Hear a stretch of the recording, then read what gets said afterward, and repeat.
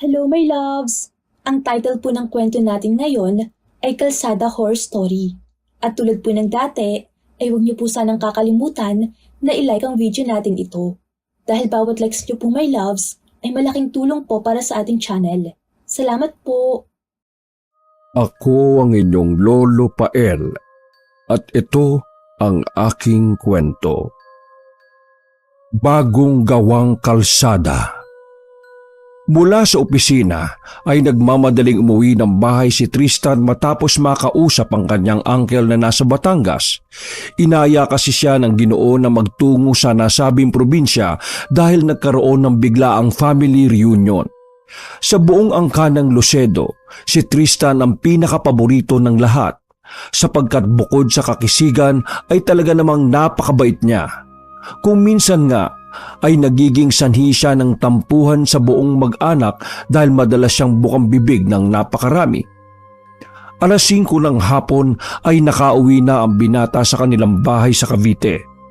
Kaagad naman itong tinawagan ng kanyang girlfriend na si Amy para isama ito sa Batangas. Matapos nilang makapag-usap, ay saglit lang siyang nagpahinga at pagkatapos ay nag-ayos na ng sarili. Eksaktong pagkatapos makapagbihis at maisalansan sa bag ang mga dadaling gamit ay dumating naman ang pinsan niyang si Arman. Buti naman at inabutan pa kita, Insan. Sasabi na lang kami sa iyo ni Kulot. Itinuro ni Arman ang kapatid niyang lalaki na 7 taong gulang. May katabaan ng huli at katulad ng kanyang deskripsyon ay kulot nga ang buhok ng bata. Sira kasi ang sasakyan ko eh. Sakto, paalis na rin ako. Tara, dahil dadaanan pa natin si Amy. Tugon ni Tristan. Pagkaayos ng mga gamit sa compartment ng sasakyan ay agad nagmaneho si Tristan at tinungo na ang kanyang nobya sa Cavite. Hindi rin sila nagtagal sa bahay ni Annie sapagkat nakaayos naman na ang mga gamit nito pagdating nila roon. Eksaktong alas 7 ng gabi. Pagkatapos ng maiksing kumustahan sa mga magulang ni Amy, ay nagbiyahe na ang 4 papunta sa kanilang destinasyon sa Batangas kung saan gaganapin ang family reunion. Sapagkat hindi kabisado ni Tristan ang daan na kanilang tinatahak, kaya naman minabuti niyang magtanong kay Arman na kasalukuyang abala sa paglalaro sa cellphone. Arman! Arman! Makailang ulit ng tawag ni Tristan habang ang mga mata ay nakatuon sa kanilang dinaraanan. Paminsan-minsan ay napapasulyap siya sa front rear view mirror pero hindi pa rin nalingon ang kanyang pinsan. Huy! Armando si! Maka Armando si ka naman. Napakamot ito sa ulo habang ang atensyon ay nakatuon pa rin sa paglalaro. Naglalaro pa ako eh. Ano ba yun, Tristan Troy? Napangiti naman sina Amy at Kulot dahil sa asara na magpinsan. Kanina pa kasi kita tinatawad. May tatanong ako. Muling sabi ni Tristan. Ano ba yun? Hindi ba'y madalas kang magbiyahe rito sa Cavite? Baka may alam kang daan para mapabilis tayo ng dating sa Batangas. Muling kumamot ng ulo si Arman habang patuloy pa rin sa paglalaro sa kanyang cellphone. Minasdan naman siya ni Kulot at napailing yon habang nakatingin sa kanilang ikinikilos. Hindi naman niya nag-iisip si Kuya Arman eh. Natatawang sambit ng malusog na bata. Baka maligaw lang tayo, Kuya Tristan. Napatawa ng malakas sina Amy at Tristan dahil sa sinabing yon ni Kulot. Pero nang samaan ng tingin ni Arman ang bunso niyang kapatid ay bigla na lang itong nanahimik. Oh, ano nga Arman? Balik tanong ni Tristan. Huminga muna ng malalim si Arman bago tumugon. Hindi ako sigurado pero sabi ng tropa ko may bagong gawang kalsada raw sa gawing malapit dito. Inalis niya ang game sa kanyang cellphone at saka inilipat sa Google Map at hinanap ang daang kanyang tinutukoy.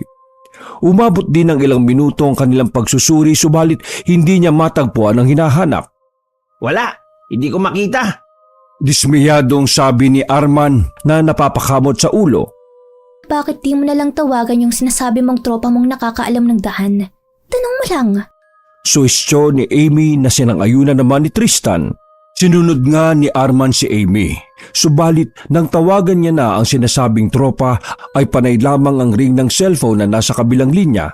Inabot ng 1 minuto bago may sumagot sa kanyang tawag. Kaya lamang ay hindi malinaw ang naging pag-uusap nila dahil paputol-putol ang boses na nasa kabilang linya. Pre, chapi ka! Tiningnan ni Arman ang hawak na cellphone at pagkatapos ay muling inilipat sa kaliwa niyang tenga. Hindi ko maintindihan talaga. Hindi na natapos ni Arman ang sinasabi dahil bigla siyang nakarinig ng ibang boses. Boses na alam niyang hindi galing sa kausap niya kanina. Malalim ang tinig na tila pinaghalo-halo kaya naman nagbigay agad yon ng kilabot sa pagkatao ng binata. Pre, May pangambang tanong ni Arman. Mamamatay kayo.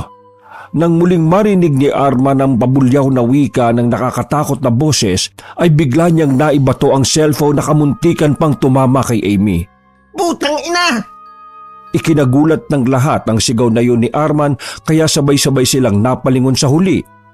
Huy, bakit? Kamunti na matamaan si Amy oh. Tila naiinis na bigkas ni Tristan habang pasulyap-sulyap sa pinsan. Hindi naman kaagad nakaimik si Arman. Tinuro lang nito ang cellphone na pilit nang inaabot ni Amy dahil sa bandang paanan nito ng dalaga napunta. Anong nangyari sa'yo, Arman? Parang bigla kang namutla. Tanong ni Amy habang inaabot ang cellphone. Si Kulot naman ay nakatingin lang sa kanyang kuya na puno rin ng pagtataka. May problema ba? Nang medyo kumalma na at umayos ng upo si Arman at saka saglit na pakunwaring nag-ayos ng damit. Magpapaliwanag na sana siya kaya lamang ay may biglang nagpreno ng malakas. Napasigaw ang lahat dahil doon. Dumausos din kasi sila matapos gawin yon ni Tristan. Ramdam din na biglang namayani ang tensyon sa loob ng sasakyan. Lahat ay nangangalabog ang dibdib dahil sa nakakagulat na pangyayari. Noong mga sandaling yon ay tila luluwa na ang puso ni Tristan dahil sa sobrang kaba. Sorry guys. Paghingi ng paumanhin ni Tristan sa mga kasama, saka siya bumaling sa nobya. Ayos ka lang ba, mahal ko? Pagkatango ni Amy, ay bumaling naman siya sa likuran para kumustahin ang mga pinsan. Ayos lang kayo? Pasensya na talaga ha? Bakit ka ba kasi biglang nagpreno? Naiinis na bigkas ni Arman habang kumakamot sa ulo. Ang sakit ng ulo ko, Kuya Tristan. Reklamo naman ni Kulot. Oo nga, mahal. Bakit ka ba nagpreno bigla? Segunda ni Amy. May bigla kasing dumaan eh. Ay, napabuntong hininga ng malalim si Tristan pagkatapos ay muli niyang iginala ang tingin sa mga kasama. May dumaan na pusang itim eh. Kung hindi ako nakapreno kagad, baka nasagasaan ko na yun. Ha? Pusang itim? Takang tanong ni Amy. Nang sabihin niya yon ay tila nakaramdam na naman ng kaba si Arman. Muling naalala ng binata ang nakakatakot na boses na narinig niya kanina. Bukas na lang kaya tayo tumuloy. Wika bigla ni Arman sa mga kasama. Ha? Bakit naman? Napaismid si Tristan. Nakasalubong kasi tayo ng pusang itim eh. Ano? Masama raw yun eh. Segunda ng dalaga. Huwag niyong sabihin nagpapaniwala pa kayo sa ganyang mga pamahiin ha. Tumawa ng sarkastiko si Tristan. 2022 na, kaya hindi na uso yan. Marami naman tayo talaga makakasalubong sa daan na hindi inaasahan. Iba kasi ang pakiramdam ko eh. Napakamot sa ulo si Tristan. Kanina pa nga kita napapansin eh. Kulang ka na naman siguro sa tulog no? Tama, Kuya Tristan. Gatong naman ni Kulot. Kita mo, matulog ka na nga muna dyan. Hayaan mo na yung tropa mo. Makakarating din naman tayo sa pupuntahan natin eh. Pagkasabing yon ay muling pinagana ni Tristan ang makina ng sasakyan at nagpatuloy sa pagmamaneho. Humawak naman si Amy sa kamay niya na nasa kambyo at tumitig sa kanya bago nagwika. Mag-ingat ka sa pagdadrive ha? Oo naman. Tugon ni Tristan saka itinuon ang sarili sa pagmamaneho. Huwag ka mag-alala. Ako pa ba? Hindi pa halos natatapos ng binata ang sasabihin nang walang ano-ano'y isang 16-wheeler truck ay biglang sumulpot sa palikong daan. Napamura ng malakas si Tristan habang ang mga kasama niya ay napasigaw sa tindi ng pagkabigla. Halos lahat sila ay hindi nakahinga ng maayos dahil biglang sumulpot ang truck. Inihinto ni Tristan ang sasakyan sa gilid at saka lumabas para sana kumprontahin ang nagmamaneho ng truck. Kaya lamang ay hindi ito huminto. Hahabulin niya pa sana subalit pumigil na lang si Amy at si Arman. Hayaan mo na yun, mahal. Pumasok ka na rito. Wika ng dalaga na pilit ikinakalma ang sarili. Tara na tol! Bumuntong hininga na naman si Arman ng malalim. Parang ayaw ko talagang tumuloy. Umuwi na lang kaya tayo. Pagpasok ni Tristan at pagpwesto sa driver's seat ay napamura na naman siya habang dinadabog ng marahan ang manubela. Loko yun ah. Gusto pa yata tayong patayin. Bigla-biglang sumulpot. Wala na nagsalita ng mga sandaling yon. Si Kulot ay nahimbing na sa pagtulog dahil wala na naman na siyang makitang magandang tanawin bukod sa mga puno sa kalagitnaan ng madilim na gabi. Si Arman ay nag-focus ng muli sa paglalaro habang si Amy ay nakatingin din sa dinaraanan nila. Paminsan-minsan ay kinukwentuhan ng dalaga ang nobyo para hindi naman makaramdam ng antok ang huli. Makalipas ang ilang oras, pasado 10:30 na ng gabi, habang nakatingin sa Google Map ay napansin ni Tristan na mayroon tila bagong kalsada na ngayon lang niya nakita. Nilingon niya saglit si Arman subalit nakatulog na rin ito. Siya na lang pala ang tanging gising sa kanilang apat kaya nagdesisyon na lamang siya na tahakin ang nasabing daan. Pagpasok nila roon ay napansin niya kagad ang kakaibang aura na bumabalot sa paligid. Mas madilim ito kumpara sa nauna nilang dinaanan. Mas marami rin ang mga puno sa magkabilang gilid ng kalsada. Sa likod ng mga puno ay mababanaag ang malawak na bukirin na tila walang katapusan. Wala rin kahit anong mga nakatanim doon. Hindi mawari ni Tristan pero bigla siyang nakadama ng kakaibang kilabot. Ang kilabot na yun ay unti-unting gumapang mula sa kanyang paanan paakyat sa kanyang ulo, subalit hindi na lang niya yun masyadong pinansin. Mas minabuti ng binata na mag-sign of the cross para na rin maging kampante siya habang nagmamaneho at maiwaksi ang kung anumang nararamdaman sa paligid. Maya-maya, nang magpatuloy ang kakaiba niyang nararamdaman sa bagong kalsada na yon, ay binalak niya sanang bumalik na lang, subalit sa hindi malamang dahilan ay dumiretso pa rin siya sa pagmamaneho. Hanggang sa hindi kalayuan mula sa kanilang unahan ay nakakita siya ng mga liwanag mula sa mga ambulansya at mga police car. May mga kapulisan din at mga rescuer na nag-aasikaso sa kung ano-anong naganap doon. Mayroong kasing kotse na nakabundol sa malaking puno na halos natumba na. Kung titingnan mabuti, halos mayupi ang kanang bahagi sa unahan ng sasakyan dahil sa matinding pagkakabunggo. Muling napasign of the cross si Tristan habang mabagal na minamaneho ang sasakyan para makita ang mga ganap sa dakong yon. Panginoon, patnubayan mo po kami. Bulong niya pagkalaon. Matapos siyang bigkasin yon, ay biglang nagsalita si Kulot na ikinabigla naman niya. Anong meron, Kuya Tristan? Lumingon ang malusog na bata sa pinangyarihan ng aksidente. Wala yan. Huwag mo nang silipin. Matulog ka na.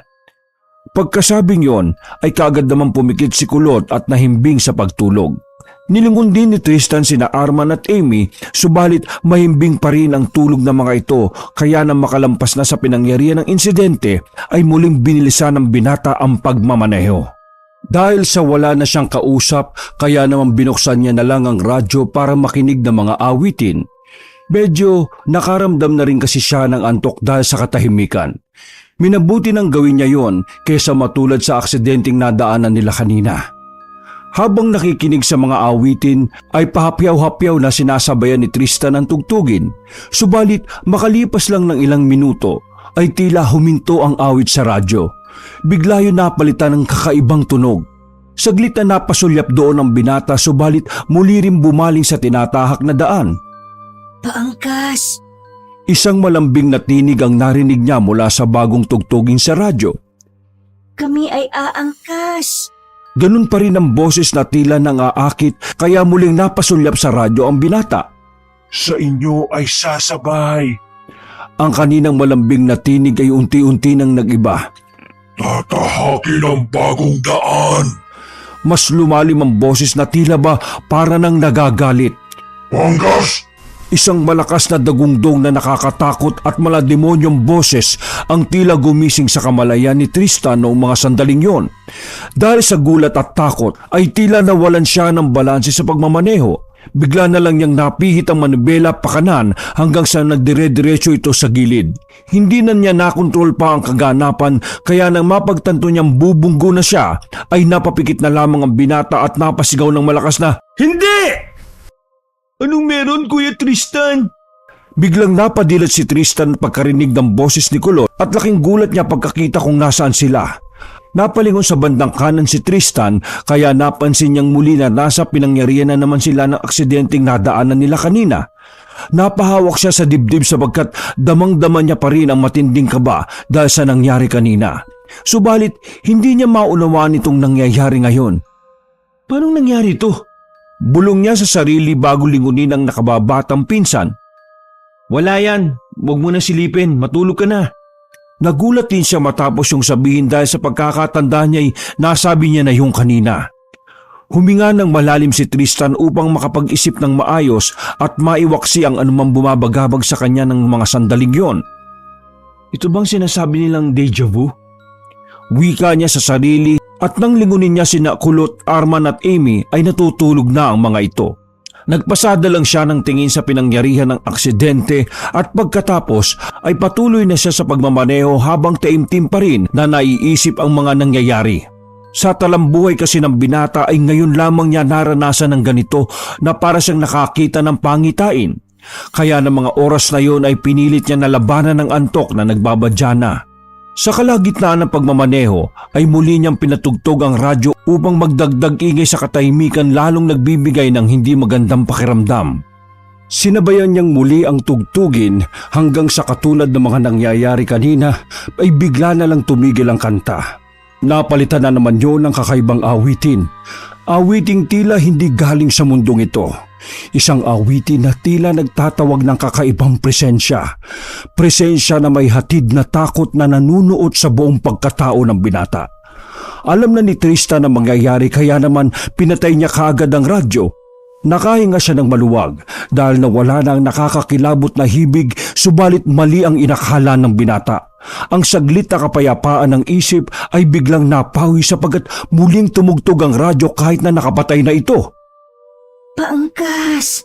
Muli na naman niyang narinig ang malambig na tinig na yon. Kami ay aangkas! Napatingin si Tristan sa radyo at pilit niyang pinapatay at inililipat ng mga istasyon subalit pare-pareho lang ang musika at sinasabi.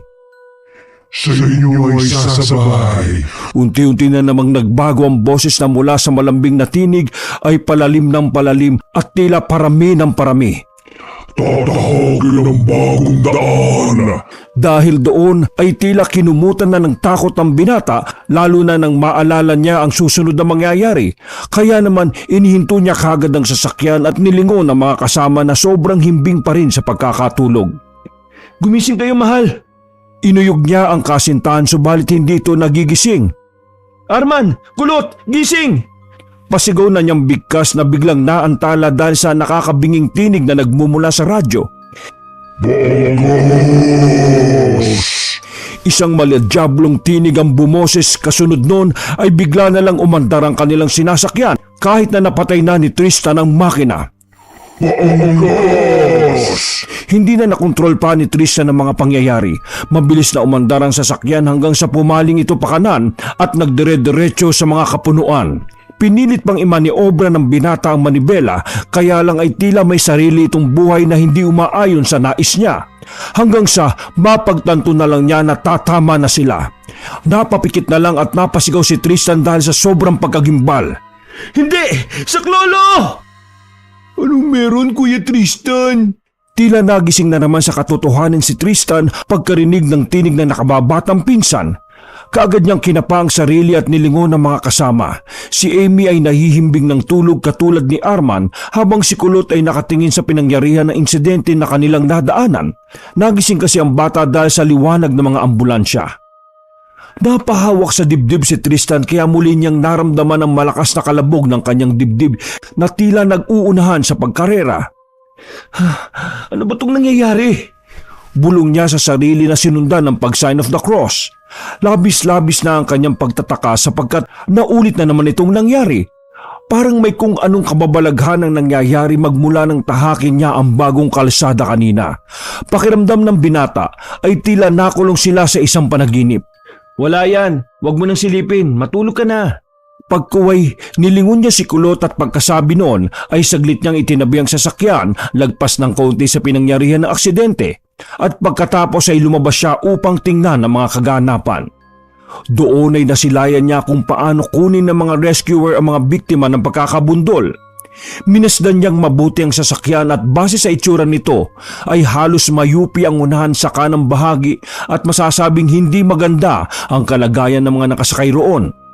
Naabutan niya ang kumusyon ng mga kapulisan at medical rescuer na kinukuha ang unang biktima. Hindi na yun nakita ni Tristan sapagkat natakpan na ang mga tao. Nasilayan na lang niya na isinasakay na sa langkayan at mabilis na ipinasok sa ambulansya. Nang kunin pa ang ilang biktima at isakay sa natitirang ambulansya ay bigla na naman siyang nakadama ng takot.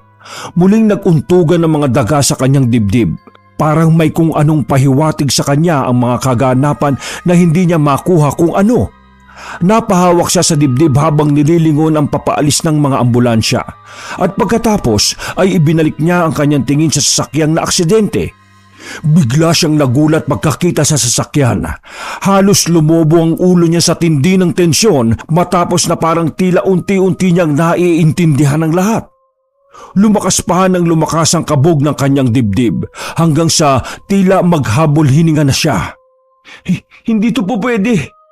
Anya na bigla rin natigilan nang may humawak sa kanyang kamay. Ikinagulat pa nga niya yon at muling napamura. Kuya Tristan, tara na raw po, sabi ni Ate Amy at Kuya Arman. Parang nabunutan ng tinik ang binata pagkakita sa nakababatang pinsan na si Kulot. Oo, tara na. Pagkadakay sinundan niya ang pinsan pabalik sa kanilang sasakyan. Pagdating doon ay laking pagtataka ni Tristan sapagkat nahihimbing pa ng tulog sina Amy, Arman at Kulot. Kaya kaagad siyang napalingon sa labas ng kotse at saka nagpalinga-linga. Wala siyang napansin na tao o bata sa labas ng sasakyan maliban sa mga kapulisan na abala sa pagsisiyasat. Sinubukan niyang gisingin si Kulot para sana tanungin kaya lang ay umuungol lang ito. Dahil doon ay pinaandar na lang ni Tristan ng kotse at lumayo na sa lugar na yon. Habang tinatahak ang daan ay wala nang ibang nasa isip si Tristan kundi ang makarating sila sa Batangas at matapos na ang gabing ito. Sobra-sobra na ang kababalaghang nararanasan niya kaya hindi na maintindihan ng binata kung ano-ano na nga ba ang mga nangyayari. Muli lang siyang natauhan dahil bigla na naman tumunog ang radyo nang hindi niya naman binubuksan. Sapagkat alam na ni Tristan ang susunod na mangyayari, kaya ang ginawa niya ay saglit na inhinto ang sasakyan at saka sapilitang hinatak ang radyo. Nang tuluyan niya itong mabunot, ay binuksan niya ang bintana at saka itinapon sa labas, kasunod doon ay mabilis siyang nagmaneho upang tuluyan ang makaalis sa lugar na yon. Pagkalipas ng ilang minuto, ay nagising na rin ang tatlo. Hindi niya na yun namalayan sapagkat nakatuon na lang siya kung papaano makakaalis sa bagong daan na kanyang tinatahak. Hindi na rin siya dinalo ng antok dahil sa mga kakatuwang pangyayari. Panay-panay na lang ang lingon niya sa Google Map upang malaman kung malapit na nga ba sila. Kumusta, mahal ko? Bati ni Amy na puno ng ngiti sa labi. Parang masyado kang seryoso dyan. Ngumiti lang ng tipid ang binata bago tumugon. Kumusta ang tulog mo, mahal? Sumulyap siya saglit sa nobya. Matulog ka na muna kung gusto mo. Malapit na tayo. Parang mabilis ka namang masyadong magmaneho, tol. Sabi ni Arman na tinapik pa si Tristan. Oo nga po, Kuya Tristan. Huwag ka po masyadong nagmamadali kasi meron pang aangkas sa atin.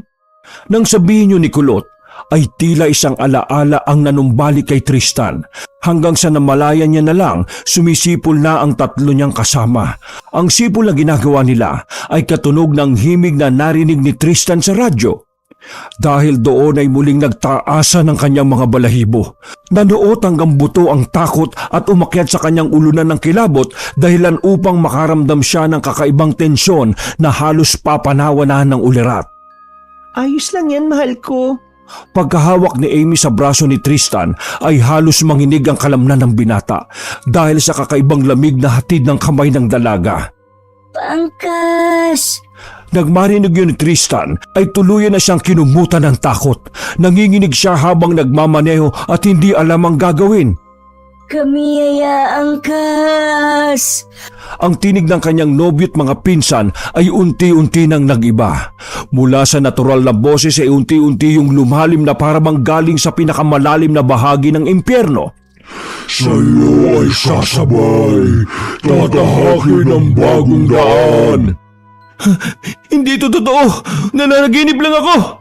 Sigaw ni Tristan at paglingon kina Amy ay mas lalo siyang nagimbal sapagkat dugo na ang wangis nito. Basag-basag ang mukha dahil sa tama ng matutulis na salamin. Nagbago rin ang imahe ni Arman na lumuwa ang kanang mata at nabiyak ang panga habang si Kulot naman ay lasog-lasog ang katawan at lumuwa rin ang lamang loob. Pangkas! Anas ni Kulot na tinig ng isang dyablo. Pangkas! Sinundan naman yun ni Arman na katulad din ng naunang boses at ang panghuli ay si Amy. Walang ano-ano'y biglang sumulpot sa harapan ng sasakyan ng isang nakakatakot na nilalang. 6 na talampakan ang taas nito. Nababalutan ng itim na usok at mayroong mapupulang mata at matatalim na tenga't pangil. May hawak itong mahabang palakol na biglang iwinasiwas habang papalapit ang kotseng minamaneho ni Tristan. Alam ni Tristan na hindi na siya makakaiwas kaya naman napapikit na lang siya at wala nang nagawa pa. Naramdaman na lang ng binata ang pag-iktad ng kotse at patuloy na paggulong-gulong nito hanggang sa malakas na bumunggo sa isang malaking puno. Marahang nagmulat ang mata ni Tristan matapos mahinang marinig ang tinig ni Amy na inuuyog siya. Nang malinaw na maalala ang mga pangyayari ay kaagad siyang napabalikwas ng bangon. Nasaan ako? Bungad tanong niya pagkakita sa nobya at pagkalaon ay saka na rin siya nagpalinga-linga sa kapaligiran. Doon napagtanto ni Tristan na naroon sila sa bukana ng bagong daan. Anong nangyari? Huwag kang mag-alala. Ayos na ang lahat. Yumakap ang dalaga sa kanya kaya ganoon na rin ang kanyang ginawa habang patuloy na iniisip kung ano nga ba ang nangyayari. Sira ulo yung truck na yun eh. Wika ni Arman na biglang dumating mula sa kung saan. Dahil naman doon ay napatanggal sa pagkakayakap si Tristan. Bigla-bigla kasing sumulpot. Ano bang nangyari? Tumayo si Tristan habang nakaalalay sa kanya ang kasintahan. Hindi mo naaalala? Tanong ni Arman. Wala talaga akong maalala. Wala? Wala ka talagang naaalala? Segunda naman ni Amy na inilingan lang ni Tristan. Pasensya na, para kasi ako nananaginip kanina eh. Ang daming nangyari na nahihirapan akong ipaliwanag. Maya-maya ay napansin ni Tristan na wala si Kulot. Teka, nasan yung kotse natin? Nasan si Kulot? Nang sabihin niyo ni Tristan ay nagkatinginan sina Amy at Arman kasunod ng makahulugang ngiti. Ano bang nangyayari? Naguguluhan na talaga si Tristan sa mga kaganapan hanggang sa ituro ni na Amy at Arman ang kinaroroonan ng sasakyan nila. Nang makita yun ni Tristan ay tuluyan na nga niyang naalala ang lahat ng mga nangyari. Kanina habang tinatahak nila ang daan bago magpunta sa sinasabing bagong kalsada ay aksidenteng nabundol sila ng 16-wheeler truck na biglang sumulpot sa palikong daan. Rumagasa ang kanilang sasakyan hanggang sa mabunggo at sumabog ito. Sa kasamaang palad, lahat sila ay namatay dahil sa nangyari. Napahawak si Tristan sa kanyang ulo sapagkat sumakit yon dahil sa mga nangyari. Para yung sasabog, hindi niya kasi lubos maisip na patay na talaga siya. Kuya Tristan, Ate Amy, Kuya Arman, halika na kayo. Napalingon silang lahat kay Kulot. Hinihintay na tayo sa bagong daan. Pagkakita ni Tristan sa kasama ni Kulot ay mas lalo siyang kinumutan ng matinding takot. 6 na talampakan ang taas nito at nababalutan ng itim na usok at mayroong mapupulang mata at matatalim na tenga't pangil. May hawak itong mahabang palakol na mahinang ipinukol ang dulo sa lupa saka ngumiti kay Tristan. Hindi! Wakas. Hello my loves! Shout out po sa mga naabutan kong comments sa ating Karma Horror Story. Happy birthday po kay Gerald Kilo at hello po kina Shera Hope, Crisilda Aguilar, Apple Reyes, Emeline Francisco, Michelle Cedron, Emerson's Random Videos, Leslie, Ethel Cantos, Daisy Burton, Madal Mergal, Chari Andaluz, Zil Lins Vlog, Sally Molina, Noy Tingson, Lydia Lopez, Changmi Park, Rolin Caballes, Irene Templa, Liza Oyasam, Noymita Duran, DJ Darren Galito, Carmelita Mabanag, Margie Malakad, Desmadoni 55, Christina Varela, Christian Mejia, Mary Jane Chua, Terry PL, Chubby Love, Regan Machico, Myla Sabando, Cherilyn Narpasa, Maylin Garcia, George Sapilan, Michael Apara, Mindfreak, Josephine Barrientos, Rebecca Corpin, Morenang Provinciana, Lilibet Takeno, Janelle May Bustero, Edward Parungaw, Elerima Fujimaki, Mejia Aryan, Maria Socorro Tanga, Marian Asuhan, Christian Mejia, Elizabeth Pasqua. Hello din po kay Janaisa Makasulay, Rickson Balan, Mary Asilar, Mary Grace Adial, Cecilia Espiritu, J. Cas Motovlog Mix TV, Sheila May Apawan, Sheng, hi din po kay Cathy Malate, Jack Bauer, Sak Santos, Joyly Jane Balancar, hi din po kay Anne Vlog, Mirna Poho, Mami Shengay, Chris Duran, Imelda Pasqua, Frets, Princess Joy Israel, Art Louis Kayabyab, Al J. Af, Ron, Orven, Jerome Nava, shout out din po kay Janice Rivera, Simply Ann, Lynn Katarungan, El Solitario, Renally Madrigal Vlog 120, Eileen Gomez, Rodel Visitacion, Victor Ticala, Jacob D, Mirabel Bacaling, hi din po kay Karen Gabunasip, Lelaine Helderworth, Anthony Cantillano, Alana Jorda, Pia Cassandra, and Cheryl Bagol. Maraming salamat po sa inyong lahat at huwag niyo po sanang kakalimutan na mag-subscribe sa ating channel at pakipindot na rin po ng ating notification bell. Yan po ay para lagi kayong updated sa mga kwento natin. Salamat po! Mwah!